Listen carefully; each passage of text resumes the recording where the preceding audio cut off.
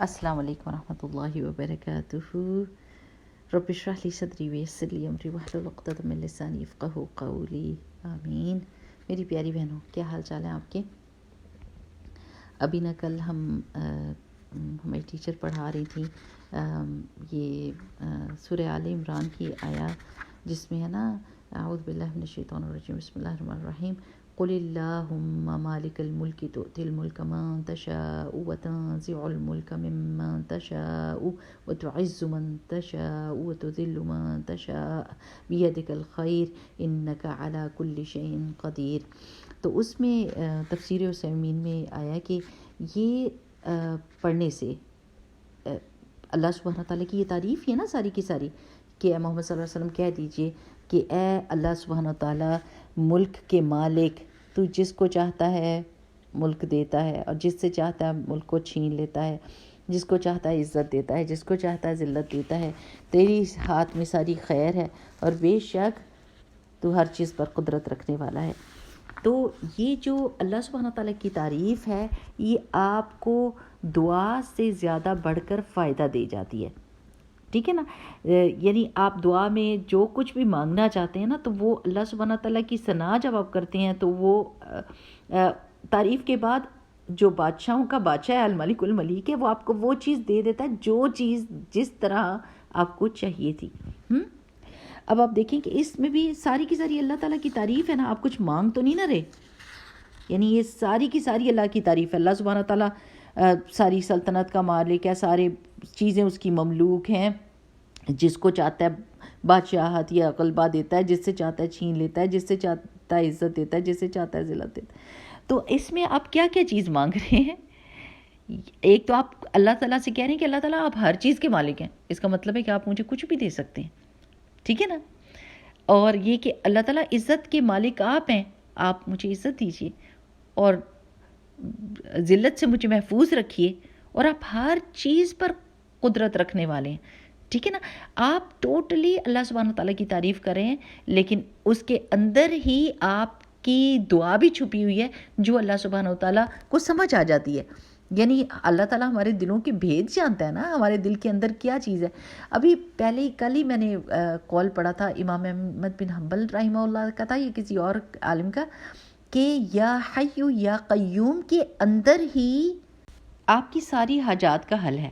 یعنی آپ جیسے اللہ تعالیٰ کی تعریف کرتے ہیں نا کہ اللہ تعالیٰ آپ ہی زندہ ہیں، تھے، ہیں، رہیں گے، اور قیوم، اور آپ ہی سب چیزوں کو قائم کرنے والے ہیں، آپ خود بھی قائم ہیں اور قائم رکھنے والے بھی ہیں۔ تو اس کے اندر ہی کتنی چیزیں آپ نے مانگ لی ہیں، آپ سوچیں کتنی چیزیں آپ نے ڈکلیئر کر دی ہیں اور کتنی چیزیں آپ کو مل جائیں گی۔ آپ نے اس کے اندر ہی آپ کی دعا ان بلڈ ہے۔ سبحان اللہ، دیٹس سو امیزنگ کہ یہ جو تھا ہم پڑھ رہے تھے نا جب دعائیں سارے پیغمبروں کی، تو استاذہ نے ہم کو بتایا تھا کہ لا الہ الا انت سبحانک انی کنت من الظالمین میں دعا کہاں ہے جو حضرت یونس نے مانگی تھی؟ انہوں نے اللہ تعالیٰ کی تعریف کی تھی، اللہ سبحانہ تعالیٰ آپ کے سوا اور کوئی معبود نہیں ہے، کوئی عبادت کے لائق نہیں ہے، آپ پاک ہیں، آپ بلند ہیں، ہر قسم کی کمی کوتاہی سے آپ کی ذات بہت بلند ہے اور میں ظالموں میں سے ہوں۔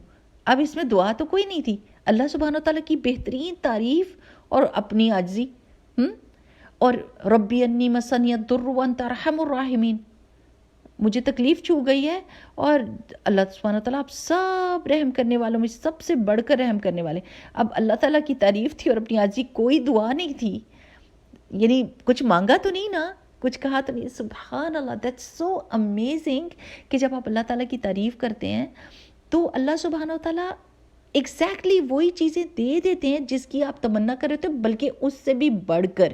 یہ ملک الملک کی شان ہے، اللہ تعالیٰ اپنی قدرت کے مطابق دیتا ہے، ہم اپنی چھوٹی چھوٹی اس سوچ کے مطابق مانگتے ہیں، اللہ سبحانہ وتعالیٰ اپنی شان کے مطابق عطا کرتا ہے۔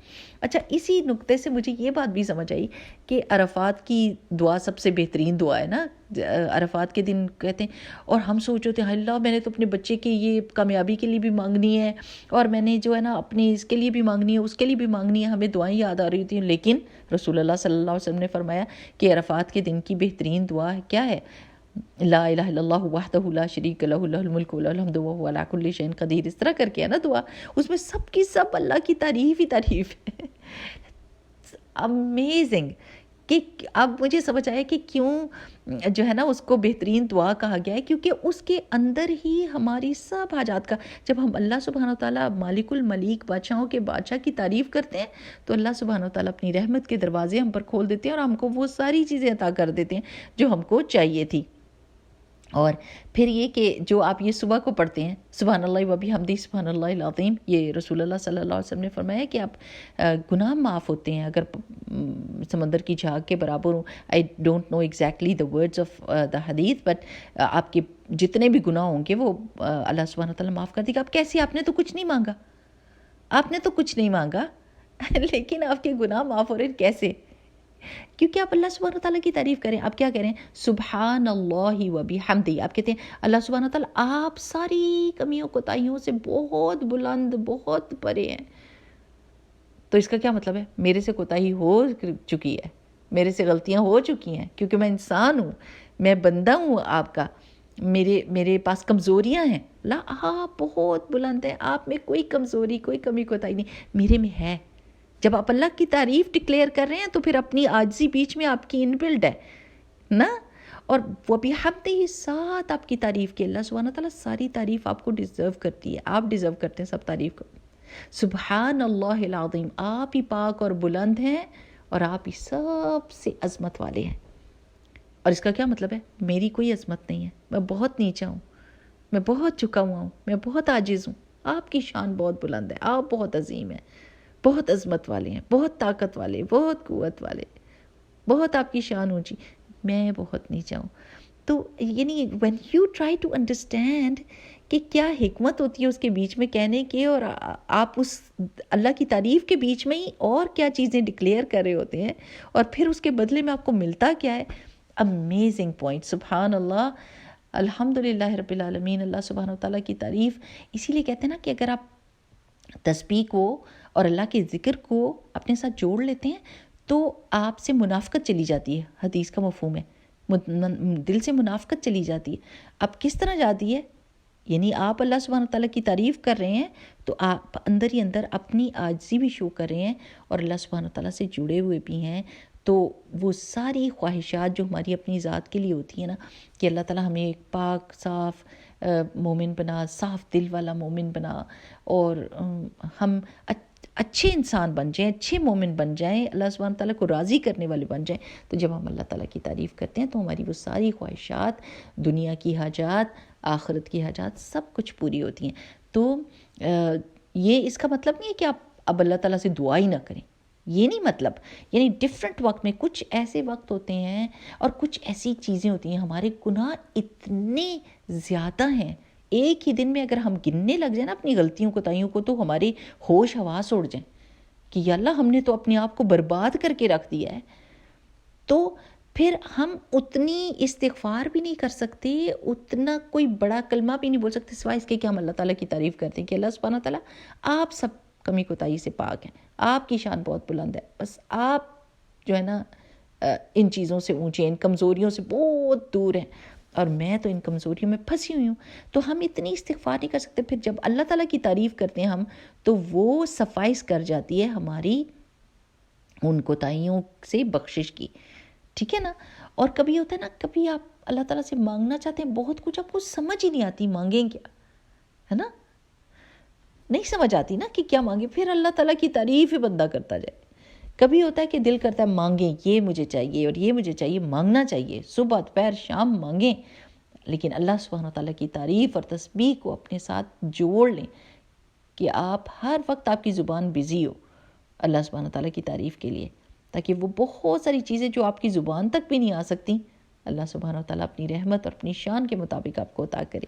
ٹھیک ہے میری پیاری بہنوں، اللہ سبحانہ تعالیٰ ہم سب کو علم کے ساتھ اور عمل صالح کے ساتھ جوڑا رکھے. اللہ تعالیٰ ہمیں توفیق دے کہ ہماری زبان اللہ تعالیٰ کی تسبیح کرتی رہے اور ہم اس حال میں اس دنیا سے جائیں کہ اللہ تعالیٰ ہم سے راضی ہو اور قیامت کے دن محمد رسول اللہ صلی اللہ علیہ وسلم کی امت میں سے اٹھیں اور سب سے پہلے جنت میں جانے والوں میں سے ہوں، اور اللہ سبحانہ تعالیٰ ہمیں محمد رسول اللہ صلی اللہ علیہ وسلم کی صحبت نصیب کرے، مرافقت نصیب کرے جنت میں۔ اللہم انا نسألک ایمانا لا یرتد ونعیما لا ینفد ومرافقت محمد صلی اللہ علیہ وسلم فی اعلی جنت الخلد، آمین۔ السلام علیکم ورحمۃ اللہ وبرکاتہ۔ سبحانک اللہم وبحمدک نشہد ان لا الہ الا انت نستغفرک ونتوب الیک۔ السلام علیکم۔